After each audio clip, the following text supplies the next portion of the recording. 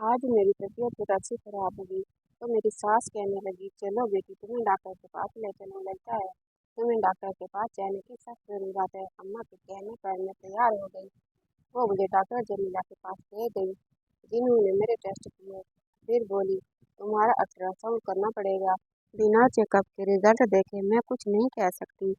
थोड़ी देर बाद एक लड़की आई, उसने मुझे लिटा कर मेरा अल्ट्रासाउंड किया और फिर मुझे वापस भेज दिया। तब तक मेरी सास डॉक्टर जमीला के पास बैठी रही। डॉक्टर जमीला तो बहुत खुश लग रही थी, मगर उन्होंने मुझे बाहर जाने को कह दिया। कहने लगी, तुम्हारी बच्ची बना रही हूँ, बाहर जाकर बैठो। सास मेरी अंदर ही रह गई। शायद वह मोहतरम थी, इसलिए उन्हें बाहर ना भेजा। काफी देर इंतजार करती रही। फिर सास ने मुझे अंदर बुलाया। मैं गई तो डॉक्टर का चेहरा उतरा हुआ था। मिस माहम, क्या बचपन में आपको कोई चोट वगैरह लगी थी? नहीं डॉक्टर साहब। ऐसा क्यों कह रही हैं आप? इसलिए कि आपके लिए एक बुरी खबर है। वो क्या? मैंने पूछा। वो ये कि आप कभी भी मां नहीं बन सकती। आप में बच्चा पैदा करने की सलाहियत नहीं है। ये एक पैदाइशी नुक्स है, जिसके बारे में आपको तफसील से नहीं बता सकती। बस इतना कहूँगी कि आप में बच्चा पैदा करने का निज़ाम मौजूद नहीं। डॉक्टर साहबा की बात सुनकर मेरे तो अंदर कुछ टूट कर रह गया। मैंने सोचा नहीं था कि जिनकी इतनी बड़ी महरूमी लिए मेरे सामने खड़ी होगी। मैं वहीं पर बैठकर रोने लगी। आंखों से टिप टिप आंसू बहने लगे। मैंने आसिफ से मोहब्बत की शादी की थी। अब वो अपनी माँ की सुनते थे। वो कहते थे, मेरी माँ जो कहेगी उनकी बात टालना नहीं। अब मुझे लग रहा था कि अब इस घर में मेरी जगह नहीं बची। जब औलाद ही पैदा नहीं कर सकती, तो फिर मुझ जैसी औरत का आसिफ की जिंदगी का क्या काम? उनकी माँ को तो बच्चों की मोहब्बत थी। मैं वहीं बैठे रोने लगी। दिल चाह रहा था कि जमीन फट जाए और मैं उसमें समा जाऊं, या आंख हमेशा के लिए बंद हो जाए। रो रो कर मेरा बुरा हाल हो गया था। सास ने तसल्ली दी, बेटी फिक्र क्यों करती हो? तुम्हारे शोहर को कुछ नहीं बताऊंगी। सास के इस रवैये में मैं हैरान रह गई। वैसे तो वह बहुत करप्ट औरत थी, मगर आज उनका रवैया हमदर्दाना था। फिर कुछ वक्फे के बाद बोली, बेटा अगर तुम कहो तो मैं तुम्हें रशीदा बेगम के पास ले जाऊं। जानती हो, रशीदा के पास जितने भी 5 लोग आते हैं, उनके साथ कोई न कोई मसला होता है। बच्चा पैदा ना कर सके, या फिर बच्चे मरे हुए पैदा हो। रशीदा की दवाई से सब ठीक हो जाता है। वो सिर्फ 7 गोलियां देती है बेटी, और उसके बाद मानो तो तुम्हारे घर में कुछ खबरी पक्की। ये डॉक्टर लोग तो झूठ बोलते हैं, इनको तो बस पैसा कमाना है। इस डॉक्टरनी का ख्याल होगा कि मैं तुम्हारा महंगा इलाज करवाऊंगी, तभी झूठ बोलकर ये सब ऐसी बातें कर रही है। मगर तुम फिक्र ना करो, मैं तुझे रशीदा के पास ले जाऊंगी। उसकी गोली खाकर तू एक नहीं कई बच्चे पैदा करेगी, और तू बहुत खुश रहेगी। सास की बात सुनकर मैं खुशी से खिल उठी। उन्होंने बताया कि बेटी राहीला को भी उन्हीं के पास लेकर गई थी। रशीदा बेगम की 7 गोलियां खाने के बाद वो उसी महीने हामिला हो गई थी। मेरे दिल में उम्मीद की किरण जाग उठी, और मैं खुशी से उछल पड़ी। शाम को अम्मा ने कहा था कि मेरे साथ रशीदा बेगम के साथ चलना। मैं बेचैनी से शाम का इंतजार कर रही थी। शाम हुई तो सास ने मुझे चादर ओढ़ने का कहा। हम लोग दोनों रशीदा बेगम के आस्थाना नुमा मकान पर पहुंचे। रशीदा बेगम के पास वाकई कई औरतें बैठी हुई थी। उन औरतों में से 4-5 के साथ मैंने बात की तो पता चला कि वो भी रशीदा की 7 गोलियों से ठीक हुई हैं, और यह कि उनके बच्चे भी पैदा हुए। ये सुनकर मेरी तो सारी फिक्र जाती रही कि जब इतनी औरतों का इलाज हो चुका है, मेरी तो शादी को अभी 2 महीने ही हुए हैं। बहरहाल रशीदा बेगम के पास गई तो उन्होंने शफकत से मुझे दामदरूर किया, और फिर 7 गोलियां मुझे देकर बोली, बेटी ये गोलियां पाबंदी से खा लेना, इनमें से एक भी छूटने ना पाए। और हाँ, साथ में जो दुआएं बता रही हूँ वो लाजमी पढ़ना। उन्होंने गोलियां मुझे थमाते हुए कहा, मगर मेरे हाथ से गोलियों वाला शापर मेरी सास ने ले लिया। कहने लगी, मैं संभाल कर रखूंगी, तुझे गोलियों का नहीं पता। ये हसास चीज है जिसकी हिफाजत मैं खुद करूंगी। उस लम्हे मुझे सास पर बड़ा प्यार आया। इस कदर ख्याल रखने वाली हैं, वरना औरतें तो अपने बेटों की दूसरी शादी करवाने पर तुली होती हैं, कभी किसी बहू के किसी नुक्स को बर्दाश्त नहीं करती। जबकि मेरी सास मुझे खुद डॉक्टर्स के पास लेने फिर रही थी। घर आकर मेरी सास ने मुझे एक चापर थमाया, जिसमें सफ़ेद रंग की छोटी छोटी गोलियां थी। और ये तादाद में 7 थी। कहने लगी, मैं रोजाना रात को तुम्हें दूध लाकर दूंगी, तुम दूध के साथ ये गोलियां खा लेना और खबरदार उसके बाद बिस्तर से मत उतरना, सीधी सो जाना। जानती हो ना, दवा के असर के लिए सोना जरूरी है। जी समझ गई मैंने सादतमंदी से सर झुका लिया। मेरी सास कमरे से चली गई तो मैं बैठी सोचने लगी कि अल्लाह ने मुझको किस कदर मेहरबान औरत अता की है, जो बिल्कुल माँ जैसी है। थोड़ी देर बाद आसिफ आ गए। मैंने उनसे इस बात का जिक्र नहीं किया, वो भी कुछ न बोले, जैसे उन्हें मेरी किसी बात से गर्ज ही ना हो। अलबत्ता जब ये पता चला था कि मैं कभी माँ नहीं बन सकती, तो उनके चेहरे पर नागवारी के तासरात जरूर देखे थे।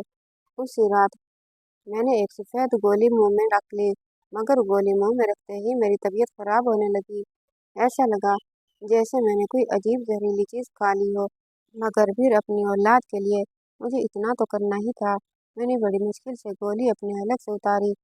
अब बस इंतजार कर रही थी कब ये मरहला गुजरे और कब मैं अपने शोहर को खुशखबरी सुनाऊं। यूं ही 2-3 दिन खैरियत से गुजर गए, मगर मैं एक बात से सख्त परेशान थी। मैं जब भी सुबह उठती, मेरी कमीज पर काले रंग के दाग लगे होते। उन दागों का निशान भी समझ में ना आता कि ये कैसे लगा है। इसके अलावा मेरा सर भारी होता और पूरे जिस्म में दर्द होता। उस चीज़ ने मुझे परेशान कर रखा था, मगर मैं अपनी सास से कुछ न कहती कि कहीं वो दोबारा मुझे किसी डॉक्टर के पास न ले जाए। वैसे भी वो मेरा बहुत ख्याल रखती थी। आज मैं बहुत खुश थी, क्योंकि मेरा कोर्स मुकम्मल होने को आया था। मेरे पास अब सिर्फ आखिरी गोली रह गई थी। रात हुई तो मैं सोचने लगी कि आज आखिरी गोली खाकर सो जाऊंगी। उसके बाद शायद जल्दी मुझे खुशखबरी सुनने को मिलेगी। इसी खुशी में गोली मेरे हाथ से गिर गई। रात का वक्त था, कमरे में हल्का हल्का अंधेरा था। मैंने गोली ढूंढने की बहुत कोशिश की, मगर वो मुझे कहीं न मिली। फिर मैं जाकर टॉर्च ले आई, बेड के नीचे हर जगह घूम फिर कर देखा, मगर मेरी गोली गुम हो गई थी। मुझे बड़ा अफसोस हुआ और खुद को कोसने लगी कि आज तो आखिरी दिन था, सारा अमल ज़ाया हो गया। काश मैं गोली खा लेती तो मेरे साथ ये मसला न होता। अब न जाने बाकी छह गोलियों का असर मुझ पर होगा या नहीं। फिर सोचने लगी, रशीदा बेगम कौन से दूर है, अभी वक्त ज्यादा नहीं गुजरा। फजर के वक्त मुँह अंधेरे ही उनके घर चली जाऊंगी। गांव के लोग तो सुबह सवेरे उठ जाते हैं, सुबह सवेरे ही उनसे गोली ले लूंगी तो बाकियों का असर ज़ाया नहीं जाएगा। यही सोचकर मैं सोने को कोशिश करने लगी कि सुबह जल्दी उठूंगी तो अलियल सुबह रशीदा बेगम के पास पहुंच जाऊंगी। मगर उसकी नौबत अभी नहीं आई। मुझे अभी लेटे हुए 10 मिनट ही गुजरे थे कि मेरी सास कमरे में दाखिल हुई। मैं भी सोती बन गई कि कहीं ये ना समझें कि मैंने गोली नहीं खाई, क्योंकि गोलियों के असर में अक्सर मुझे नींद आ जाती थी। मैं सोच रही थी कि एक दो बार मुझे देखने के बाद सास कमरे से चली जाएगी, मगर ऐसा नहीं हुआ। वो मेरे कमरे में रुकी रही। मैं आंखें खोल कर भी नहीं देख सकती थी कि वो क्यों रुकी हुई है। थोड़ी देर गुजरी थी कि एक जानी पहचानी सी खुशबू मेरी नाक की नथनों से टकराई। ये खुशबू अगरबत्तियों की थी, जो शायद मेरी सास ने अपने हाथ में ले रखी थी। मैं अब भी सोती बनी रही कि कहीं उन्हें शक ना हो जाए कि मैंने गोली नहीं खाई। लेकिन जब उन्होंने उन अगरबत्तियों की राख मेरे सर और मेरे पेट पर गिराई, तो मुझसे रहा नहीं गया। गरम गरम राख जब मेरे कपड़ों पर पड़ी तो मुझे खौफ सा महसूस हुआ। मैं एक जोरदार चीख मारकर उठ बैठी। मुझे लग रहा था जैसे मैं कोई डरावना ख्वाब देख रही हूँ। अब सामने ही अपनी सास को देखकर मेरा तो जैसे ही दिल उछल कर हलक में आ गया। उन्होंने काले रंग का लिबास पहन रखा था और माथे पर लाल रंग का टीका था। इसे देखते ही मेरी रूह फना हो गई। लगता था कि वो कोई हिंदू जादूगरनी है जो अपने अमल में मसरूफ है। मुझे उठकर चीखना चिल्लाता देखकर घबरा गई। बोली, खामोश होकर लेट जाओ, कहीं मुझसे सवाल जवाब मत करो। उन्होंने मुझे सख्ती से हुक्म दिया कि मैं लेट जाऊं, मगर मैं यूं ही कैसे लेट जाती। मुझे अजीब सा महसूस हो रहा था। उनके इस अमल से मुझे उलझन हो रही थी। कमरे में फैली बदबू से मेरा दम घुट रहा था। इससे पहले कि मैं मजीद चीखती चिल्लाती, मेरी सास ने मेरे मुंह पर हाथ रखा और मुझे घसीटती हुए पीछे वाले कमरे में ले गई। ये कमरा घर के असली तरफ बना हुआ था। इसमें कोई आता जाता नहीं था। एक इंतहाई अंधेरा सा कमरा था, जिसे देखकर मैं वैसे ही डर जाती थी। उन्होंने मुझे यहाँ बंद कर दिया। मेरे मुंह में कपड़ा ढूंढकर बाहर से ताला लगाकर चली गई। ये देखकर मेरा बुरा हाल हो गया। मेरी आंखों से आंसू बहने लगे। सोचने लगी, मुझे यहाँ बंद क्यों कर दिया।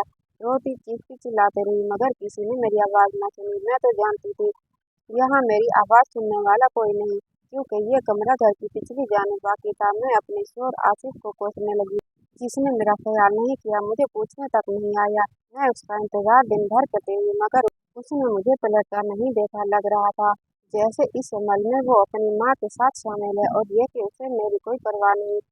इसी इंतजार में थी कि तकरीबन शाम को 4 बजे आसिफ ने अपनी शक्ल दिखाई। कहने लगा, तुम यहाँ पर हो, मैं जानता हूँ, मगर तुम्हें सब्र से काम लेना होगा।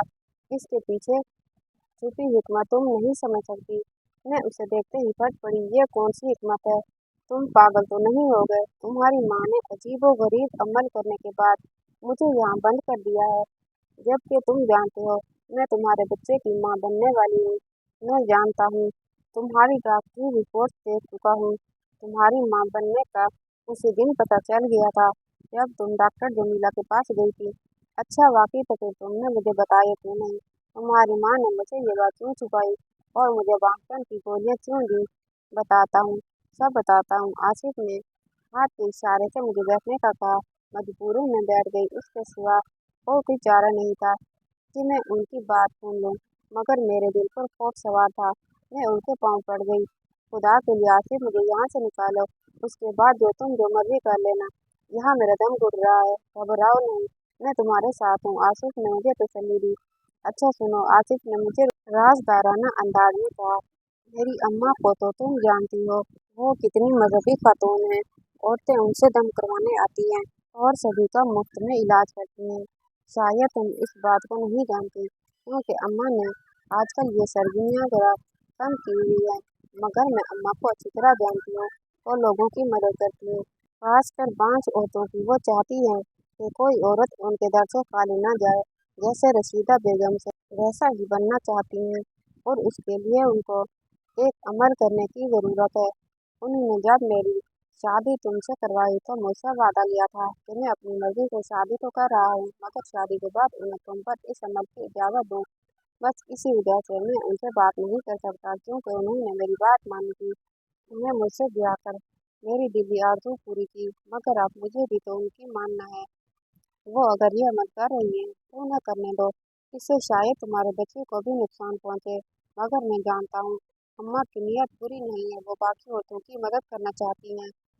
अपने शोर की ये राम कहानी सुनकर मैं चिल्ला उठी, तुम पागल तो नहीं हो गए? आसिफ, मर्द बनो, तुम्हारी अकल को क्या हो गया है? क्या अल्लाह की किताब को इन फरसुदा अवामिल की ज़रूरत है? हरगिज़ नहीं। तुम्हारी माँ दरअसल जहलियत में पड़ी है। उनको ये तक नहीं पता कि एक औरत के साथ झूठ बोलकर उन्होंने कितना बड़ा गुनाह किया है। अरे वो क्या लोगों की मदद करेंगी? वो तो अपने ही बेटे की नस्ल खत्म करने पर तुली हैं।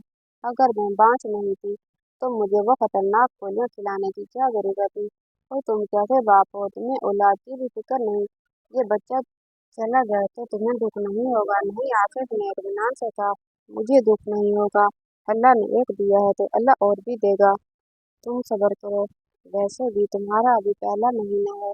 कौन सा ये बच्चा इस दुनिया में आ गया है? आसिफ, मैं कोई बात नहीं जानती। बच्चा दुनिया में नहीं आया तो इसका मतलब ये नहीं कि तुम उसे अपने हाथों से कत्ल कर दो। कम से कम तुम्हें ये बात समझनी चाहिए कि तुम्हारी माँ जो कर रही है वो सरासर गलत है। मैं अपने बच्चे को किसी को हाथ भी नहीं लगाने दूंगी। तुम जो करना है कर लो। तुम्हारी माँ के हाथों कुर्बानी का बकरा मैं नहीं बनूंगी। मैंने तुझे देखा, आसिफ ने मुझे वही बंद किया और वो भी चला गया। बेवफा की इस हरकत पर मैं तो हैरान रह गई। सोचा नहीं था तो इस कदर संगदिल होगा। 2-3 घंटों बाद दोबारा आया तो फिर भी वही बात समझाने लगा। बोला, अम्मा को अमल करने दो, वो सब लोगों की भलाई के लिए कर रही हैं। इसके बाद तुम जो चाहो वही करो, मैं तुम्हारी हर बात मानूंगा, लेकिन खुदा के लिए मुझे अम्मा के सामने शर्मिंदा मत करो। आसिफ ने मेरे आगे हाथ जोड़ दिए, मगर औलाद की मोहब्बत औरत के लिए सबसे बढ़कर होती है। नहीं आसिफ, तुम जो मर्जी कहो, मैं औलाद से गला नहीं घोंट सकती। अपनी माँ से कह दो कि जब तक मैं जिंदा हूँ उसे ये अमल नहीं करने दूंगी। मैं गुस्से में दौड़ी। आसिफ पत्थर बना मुझे देखने लगा, जैसे उसे यकीन न आ रहा हो कि मैं अपनी औलाद से कितनी मोहब्बत करती हूँ। उसके चेहरे पर नदामत नजर आ रही थी, जिससे साफ जाहिर होता था कि वो शर्मिंदा है मगर अपनी माँ से मजबूर भी है। वो इसी वक्त अपने कमरे से उठा और बाहर चला गया। मुझे सास के चीखने की आवाज़ें आई। फिर वो भागा हुआ मेरे कमरे की तरफ आया। निकल जाओ इस घर से जितनी जल्दी हो सके, जितनी दूर जा सकती हो चली जाओ वरना अम्मा तुम्हारी जान ले लेंगी। फिर आतिफ ने मुझे अपने एक दोस्त के घर का पता दिया और मुझे रोड तक छोड़ने भी आया। बोला कुछ दिन यहाँ रहो, मैं खुद तुम्हें यहाँ से लेने आऊँगा। अम्मा पर जुनून तारी हो चुका है, वो तुम्हें नहीं बख्शेंगी। आसिफ की बात दुरुस्त थी। फजर के वक्त मैं अपना मुख्तलिफ सा सामान अपनी सास के घर से लेकर चली गई। मैं दिल ही दिल में दुआएं कर रही थी कि जहाँ जा रही हूँ उन लोगों का रवैया मेरे साथ अच्छा रहे। वहाँ पहुंची तो असगर और उसकी बीवी ने मेरा पुरतपाक इस्तकबाल किया। शायद मेरे शोहर ने उन्हें पहले बता दिया था कि मैं आ रही हूँ उन लोगों के घर। मुझे किसी किस्म की कोई तकलीफ नहीं हुई। मैं आराम से 6 महीने वहाँ रही। इस दौरान आसिफ ने मेरी खबर ना ली। मेरी उम्मीद टूटने लगी थी। लगता था जैसे वो कभी पलट कर नहीं आएगा। मगर फिर एक दिन आसिया बाजी ने मुझे इत्तला दी कि मेरा शोहर मुझे लेने आ रहा है। खुशी से मैं फूले न समा रही थी। मेरा आखिरी महीना चल रहा था। इन दोनों औरत को शोहर की जरूरत होती है। वो उससे अपने दुख सुख से कहती है, अपनी तकलीफ का साथी बनाती है। आसिफ आए तो उनके चेहरे पर परेशानी थी। बरसों के बीमार और लागुट लग रहे थे। आते ही मेरे आगे हाथ जोड़ दिए, मुझे माफ कर दो, खुदा के लिए मेरी माँ को भी माफ कर दो। आसिफ तकरीबन रोने को आए थे। आसिफ क्या हुआ, आप क्यों रो रहे हैं? तब आसिफ ने मुझे बताया कि अम्मा को उनके किए की सजा मिल गई है। उनके साथ जो हादसा हुआ है उससे उनके हवास बिगड़ गए हैं। वो अपना ज़हनी तवाज़ुन खो चुकी हैं और अब अजीबोगरीब बातें करती हैं। लोग उन्हें देखकर हंसते हैं और वो जिनकी मौत की कश्मकश में है। आसिफ की बात ने मुझे परेशान कर दिया। अपने शोर की बातें सुनकर मैंने अपनी सास को माफ कर दिया। बेशक माफ करने में ही अजमत है। जिंदगी के आखिर दिनों में मैंने उनकी भरपूर खिदमत की। वो मुझसे बार बार माफी मांगती मगर उन्होंने न जाने किस किस का दिल दुखाया था कि उनकी मौत इंतहाई तकलीफ दे हुई थी। कहीं निगाह में उनकी जान जैसे किसी कांटे में अटकी हुई थी। ये हालत देखकर मुझे भी इबरत हुई। मैंने दिल में पक्का इरादा कर लिया कि मैं कभी जिंदगी में भूल कर भी किसी इंसान का दिल नहीं दुखाऊंगी और ना ही कोई शे की अमल करूंगी। चाहे जिंदगी में मायूसी के बादल छाए हों मगर मैं कभी अल्लाह से उम्मीद लगाना नहीं छोड़ूंगी। कहानी कैसी लगी कमेंट बॉक्स में राय का इज़हार कीजिएगा और वीडियो को लाइक और चैनल को सब्सक्राइब